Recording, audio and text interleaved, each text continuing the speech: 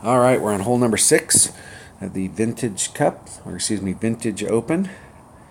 We're in Monday's qualifying round in the rookie division.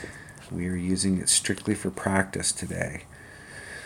All right, this is a hole that this to me, of all the par 4s out there, this is one of the lowest percentage eagle par 4s in the game, in my opinion. It is absolutely I've hit eagle on this hole several times, but it's not. I don't know. It's one of those holes. To me, it's a pure birdie hole. We want to get up. I want to get up here as far as I can to get up towards the ridge, to open up the mouth so that I can come straight at the hole. And my goal here, the reason I'm doing this is because I'm trying to clear this opening to the point where I don't have to use side spin. Whenever you're making an approach to a cup, trying to get in the hole, if you've got to put in side spin and add that whole variable into the equation, then it just makes it that much more difficult. You always have a better shot of getting in the hole when you can get in the hole, and the only adjustments that you're using are a little bit of, you can use side spin, top spin, backspin, but if you're having to apply curl, like if the side spin that you're using to get around this corner is not enough and you have to apply curl in order to make that shot, the second that you apply any curl on this kind of shot, it exponentially changes the variables. So I want to try and do these straight in shots. And to help me achieve this on the other side over here, I want to make sure I bring a ball that's got a lot of curl. So in this hole right here, I'm going to bring a katana. I'm going to bring my second bag. I always shoot this hole with a quarterback, because getting up into that opening up there is very, very difficult.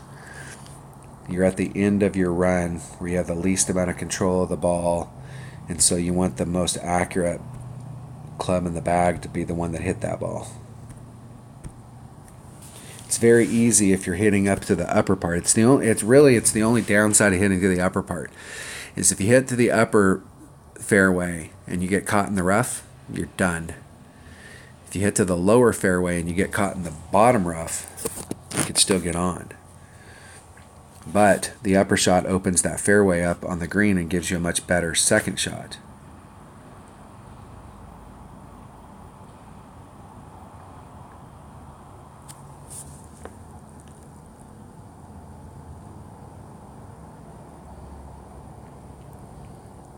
I play in a course here in Oregon that's in the middle of the wine country. It's called Cross Creek, and it has a lot of scenery in the background that looks exactly like Vineyard Acres.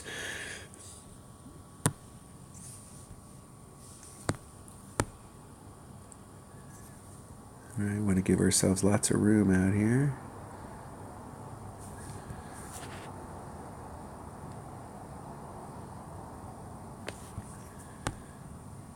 And we're getting, normally on this hole, we get wind that goes crosswind, and it's really hard to work that wind out because they always give it to you in such a way that you can't, if you do the ring adjustment, you have to come at it from the opposite side of the ball. I hit it great to the right. 2 rings, great. That ain't good.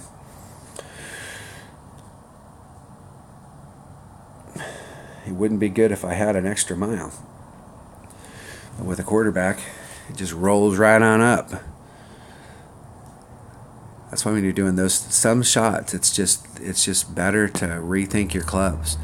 When I first started, you get used to some clubs and you get used to playing them and you start to get a feel for it. And then you start playing some of these tournaments and some joker like me tells you, hey, you need to use this club on that hole. And you're not familiar with it. And the whole deal is that as the game goes on and you get more experience in the game, you're not going to be afraid to switch clubs out because that club gives you an advantage in that particular situation.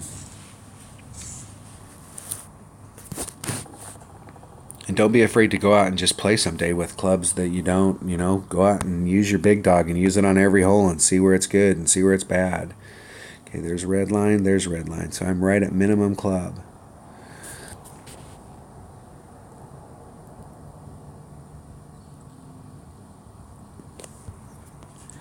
I'm going to go right at it.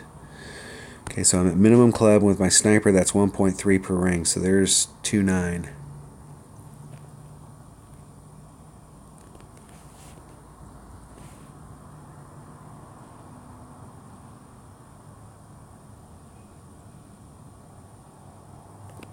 Hitting it perfect. I think that's the first time I've hit it perfect on this hole in about 6 years. I never know where I'm actually going because what's funny is if I hit that grade, it ends up in the same spot, maybe a little bit further out. It's hard to. It always seems like this hole takes a little bit of an irregular bounce when it's coming in, and for whatever reason, I got this hole quite a few times this week, and that's the first time I've hit it perfect going onto the green.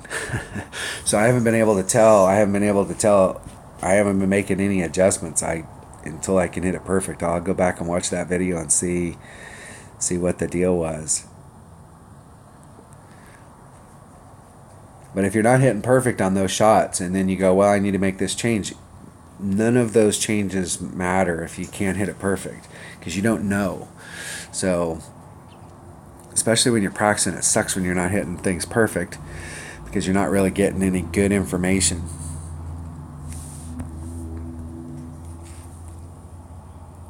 All right, that was hole number 6, the par 3 of the Vintage Open tournament in the rookie division. Thanks for watching.